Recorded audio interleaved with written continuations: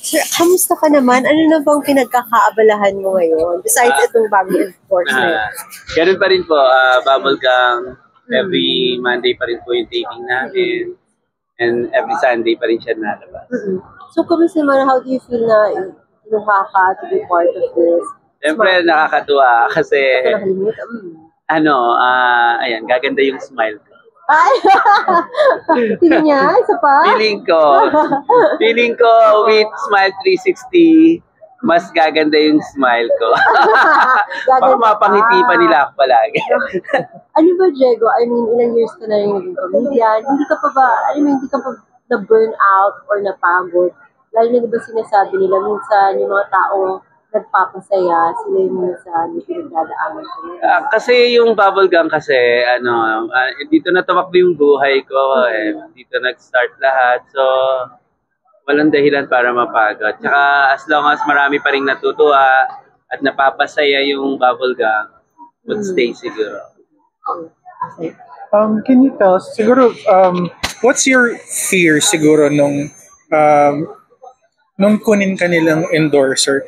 Do you often visit dental clinics? Hindi ka ba natatakot sa thought of going to dental clinics? Hindi naman. Kasi lahat tayo gusto natin maging maganda, di ba? Pero syempre, yun yung ano ko rin. I think with Smile 360, matutulungan din nila ako na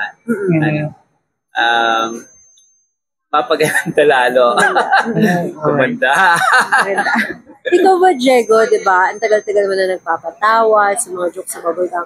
Parang never ba ikaw na-apektuhan ng mga jokes? Oo, ng mga bad jokes. Hindi. Paano ka? Kasi kaya nga siya joke eh. Kasi it's a joke.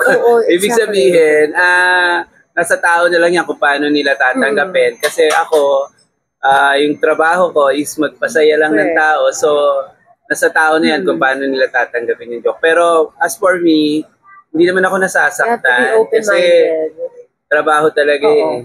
Ano na lang, Diego, yung mga advice mo? Kasi ngayon, ano masasabi natin, yung mga ibang tao na ang sensitive nila, kahit online, sa mga bashing, sa mga, yung andali nila mga offense. Ano na yung advice mo na? Kaya hindi ako maano sa social media.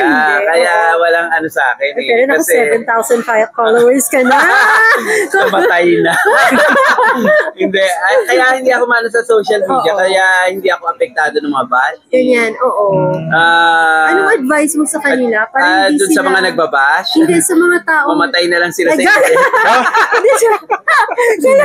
Hindi sa advice sa mga taong ngayon kasi parang hindi na ganun din yung katiba yung loob nila. Parang dun sa mga nasasaktan, mga sensitive. Ay, dapat po, relax lang. Relax lang kasi buhay natin to, so tayo yung nakakaalam kung ano meron tayo at kung ano tayo, walang karapatan yung ibang tao para husgahan tayo. So, huwag po kayong magpa-apekto sa bashing. Sa mga tao naman, mag-isip muna bago mang-bash. Dapat kilala nila yung tao, di ba? Jack, additional question siguro yung sa bubblegum. Recently, parang nagre-reformat yung bubblegum. Actually, nagre-reformat talaga siya para hindi siya maluma. What do you think about the look of it today, yung bubblegum? Fresh siya.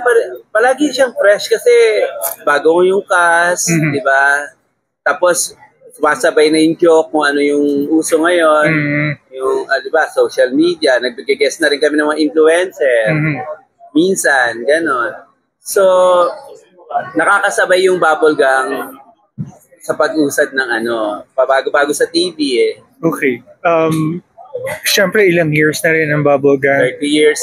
Actually, mag-anniversary kami ngayong October. That's the biggest event you have this year. Nyo, sobra yung paghahandang ginagawa namin. Yun pala, nag-start na kami. Oh, wow. Maganda talaga. May paghahanda na kayong ginagawa meron ngayon na, pala. Kasi 30 years na yung bubblegum, so may pasabog kami. Thank you so much. Salamat po. Picture na lang.